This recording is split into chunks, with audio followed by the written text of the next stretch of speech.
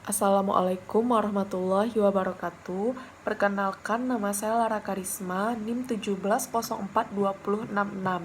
Di sini, saya ingin mempresentasikan tugas pertemuan 6 ekonomi politik dengan tema Ekonomi Politik Globalisasi, Peluang dan Tantangan bagi Indonesia. Yang pertama, pendahuluan. Globalisasi ekonomi telah menjadi Harvard bagi semua negara termasuk negara yang sedang berkembang. Bagi sebagian negara, terutama bagi negara maju, telah mendatangkan berkah. Namun, bagi sebagian besar lainnya, terutama negara besar, belum banyak memberikan manfaat. Tak sedikit menimbulkan bencana, baik berupa makin membengkaknya kemiskinan dan pengangguran, serta menajamkan ketimpangan. Pada tulisan ini akan diuraikan bagaimana kepentingan Indonesia dengan memahami latar belakang dan ekonomik, sosial, dan historical setting terjadinya globalisasi, dampak positifnya dan negatifnya globalisasi, kewaspadaan menghadapi globalisasi, dampak globalisasi terhadap perekonomian terutama bagi Indonesia, dan dampak globalisasi dalam bentuk kejahatan ekonomi internasional. Selanjutnya yaitu masuk kepada global bubble economy. Adam Smith sendiri sebagai pendiri ekonomi modern harus dipertimbangkan dalam menciptakan persaingan antara pelaku ekonomi, baik di tingkat perusahaan maupun negara. Dengan kata lain, seperti layaknya dalam dunia pertinjuan, dengan adanya kelas-kelas yang dipertandingkan, maka dalam alam globalisasi ekonomi yang dipimpin WTO dan negara industri dengan demikian akan cenderung diabaikan. Terjadinya kegiatan ekonomi dan bisnis spekulatif sehingga dunia terjangkit penyakit ekonomi balon. Sejak itu pula, fungsi uang bukan lagi sekedar menjadi alat tukar dan penyimpan kekayaan, tapi telah menjadi komoditas yang diperjualbelikan dan sangat menguntungkan bagi mereka yang memperoleh gain. Selanjutnya yaitu, hingga sekitar tengah dekade tahun 80-an, persepsi tentang utang luar negeri secara umum di dunia ketiga masih menggambarkan prospek positif mengingat kisah sukses yang dicapai beberapa negara. Selanjutnya, terutama sejak krisis Asia Tengah tahun 1997, persepsi tentang utang luar negeri berubah maknanya secara signifikan, yakni karena fenomena di atas, peran fund manager semacam Soros, global dan national bubble, ekonomi, bad governance, dan hegemoni negara industri yang telah menciptakan ketidakadilan global. Selanjutnya yaitu ada sisi positif dan sisi negatif dari globalisasi itu sendiri. Perdagangan internasional dalam jarak geografis yang jauh sudah berlangsung ribuan tahun.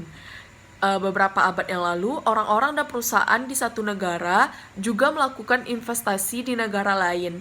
Globalisasi telah digerakkan oleh kebijakan perekonomian terbuka secara domestik dan internasional. Pemerintah satu sama lain juga melakukan negosiasi pengurangan hambatan perdagangan dan investasi. Dalam peluang baru pada pasar mancanegara itu, terutama perusahaan multinasional, negara industri maju melakukan relokasi pabrik-pabrik mereka, berproduksi dan membuat aturan pemasaran dengan mitra lokal mereka. Banyak yang mengatakan bahwa globalisasi itu adalah fenomena yang sangat menjanjikan. Globalisasi juga disebut sebagai proses standarisasi internasional, yakni bergerak menuju gaya dan pola tunggal yang cenderung menghilangkan budaya tradisional dan mematikan UMKM lokal. Selanjutnya yaitu kewaspadaan terhadap globalisasi. Seorang kolumnis Boston Globe mengatakan, dalam dunia yang menciut, baik dan buruk dapat dengan mudahnya berpindah. Saat ini, kekuatan gelap globalisasi tampaknya lebih kuat menggenggam. Charleston juga mengungkapkan bahwa deflasi menurunnya kegiatan ekonomi produksi yang disertai dengan meningkatnya pengangguran yang melanda dunia yang bisa merembet ke semua negara termasuk negara miskin. Sesungguhnya dalam kenyataan perekonomian industri 40-50 tahun yang lalu telah menjadi perekonomian pasca industri. Mayoritas penduduk bekerja di sektor jasa. Selanjutnya, kebijakan globalisasi memungkinkan pergerakan bebas lintas produk dan modal. Dengan menyadari tantangan dari adanya paradoks globalisasi tersebut terhadap situasi ketenaga kerjaan, khusus tentang standar kompetensi tenaga kerja Indonesia di luar negeri, merupakan faktor penting dalam menguji kesungguhan kita mengantarkan menjadi pemain di kelas dunia. Yang selanjutnya yaitu mengenai siasat Indonesia dalam menghadapi globalisasi. Yang pertama, adanya kepemimpinan yang memiliki visi, strategi, dan program yang cerdas. Yang kedua, adanya proses demokratisasi yang mensejahterakan masyarakat. Yang ketiga, resource-based economy development. Yang keempat, kemampuan meraktualisasikan nilai-nilai agama, tradisi, dan nilai lokal. Yang kelima, konsensus skenario in democration process yang berbeda dengan demokrasi barat yang sangat menekankan kepada kemampuan pengendalian konflik. Selanjutnya yaitu dampak negatif globalisasi dalam bentuk kejahatan ekonomi internasional. Globalisasi yang disertai perkembangan kemajuan teknologi informasi komunikasi juga menimbulkan dampak negatif seperti perkembangan kejahatan internasional. Lebih dahsyat lagi dengan adanya mekanisme pencucian uang dengan berbagai modus operandi dan kejahatan lewat dunia maya. Selanjutnya juga ada, yaitu pembangunan politik, implikasi politik, dan pedoman pembangunan. Selanjutnya masuk kepada revitalisasi identitas kultural Indonesia di tengah upaya homogenisasi global. Proses globalisasi melanda seluruh negara di dunia pasca Perang Dingin telah mendorong peningkatan upaya homogenisasi dalam sistem internasional.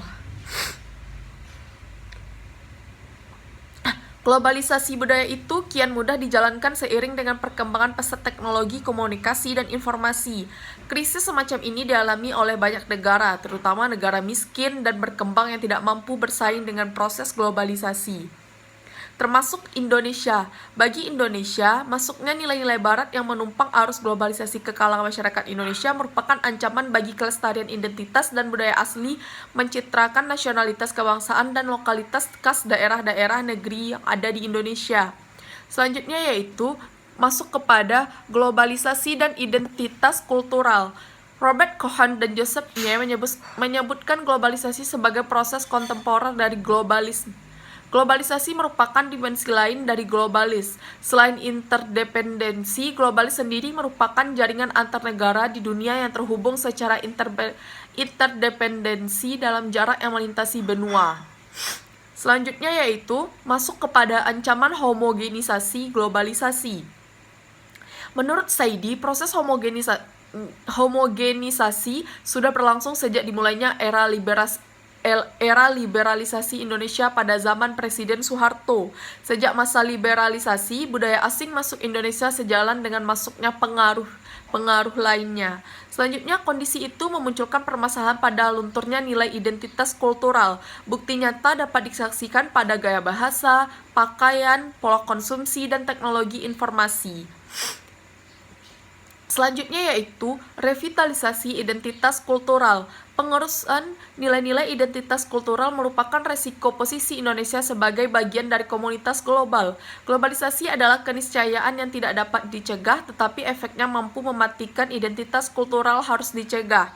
Indonesia termasuk dalam kategori negara yang membebaskan begitu saja semua unsur asing masuk ke wilayahnya tanpa adanya perangkat yang menampungnya agar tidak langsung bersentuhan dengan rakyat. Akibatnya, banyak orang langsung menyerap nilai identitas kultural asing tanpa melihat dampak identitasnya kepada identitas nasional. Tidak heran apabila identitas kultural Indonesia semakin memudar dari waktu ke waktu.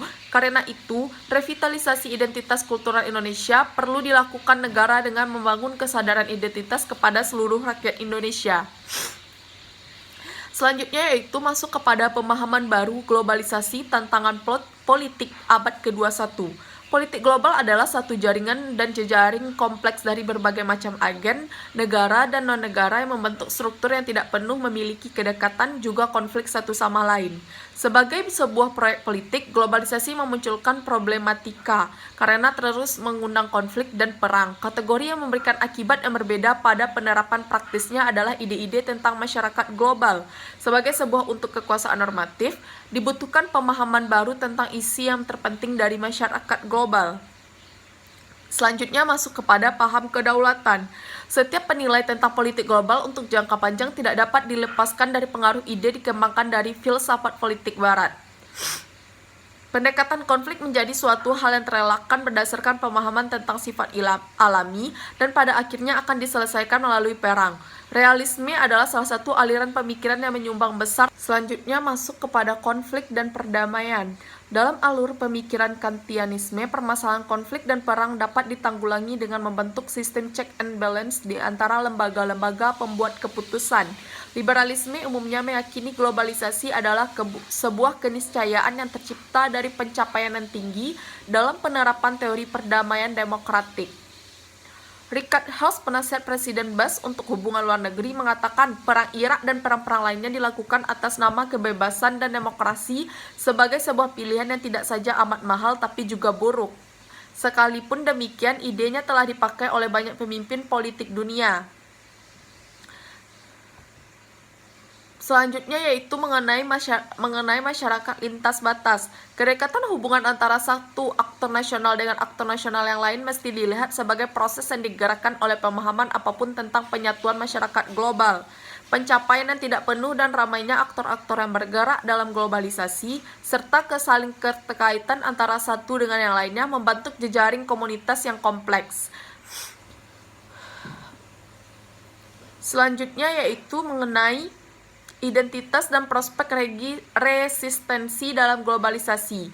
Globalisasi sendiri memiliki ambivalensi. Di satu sisi, globalisasi meningkatkan kemungkinan emansipasi baru dengan munculnya berbagai kelompok identitas secara cepat dan masif. Gerakan sosial tidak lagi berjalan pada wilayah ekonomi saja, tetapi politik, sosial, budaya, dan kelompok kepentingan lainnya. Terima kasih. Mungkin itu saja presentasi untuk tugas pertemuan 6 ekonomi politik. Banyak maaf dari saya. Assalamualaikum warahmatullahi wabarakatuh.